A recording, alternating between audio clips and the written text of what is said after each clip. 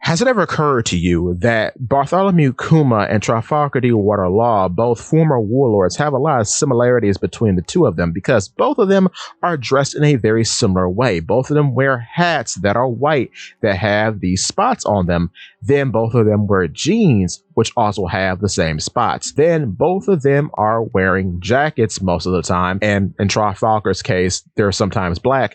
But then both of these long sleeve garments have symbols on them that most likely represent the past or the personality of the character whom is wearing the garment. Because Kuma, with his codicillion cross that's on his tracksuit, most likely is from something to do with Nika, because we find the same marking on the back of his Bible. So most likely the weird cross is a symbol of Nika in some way or another.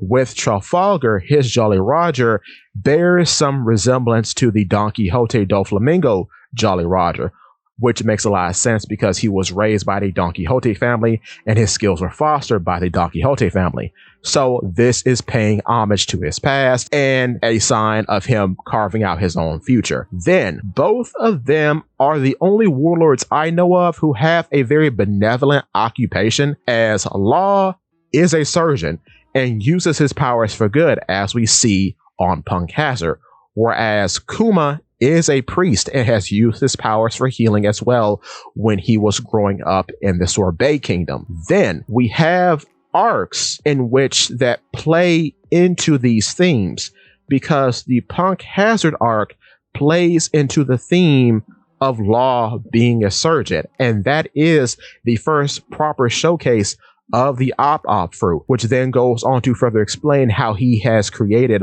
all these weird misfits across the island. Then, oddly, in Thriller Bark, it does play into Kuma being a priest, and I've talked about this like a year ago, but it does play into Kuma being a priest because Thriller Bark is filled with ungodly monsters and ghosts. And what does Kuma do when he arrives on Thriller Bark? He exorcises Perona, whom has the power to summon ghosts. So yeah, he is acting as an exorcist, as a priest. But also, much like how Punk Hazard was the proper power showcase for Law's Op fruit, Thriller Bark is actually the proper showcase for Kuma's Paw fruit, because before then we didn't really know what his powers could do, or we didn't really know if he had powers or not. So yeah, this is the showcase for his abilities. This then plays into what we see later from both of them, because Law has a big showing in the Onigashima section of Wano. Onigashima is a place in which is filled with a bunch of weird misfits again. So he's in a very similar spot where he was in Punk Hazard, because again, you are filled to the brim with the same kind of creatures. All people who are these weird half animal amalgamates, right? Then, and spoilers for Egghead, but Kuma plays the role of priest again later in Egghead, because he then exorcises J. Garcia Saturn, whom is a yokai.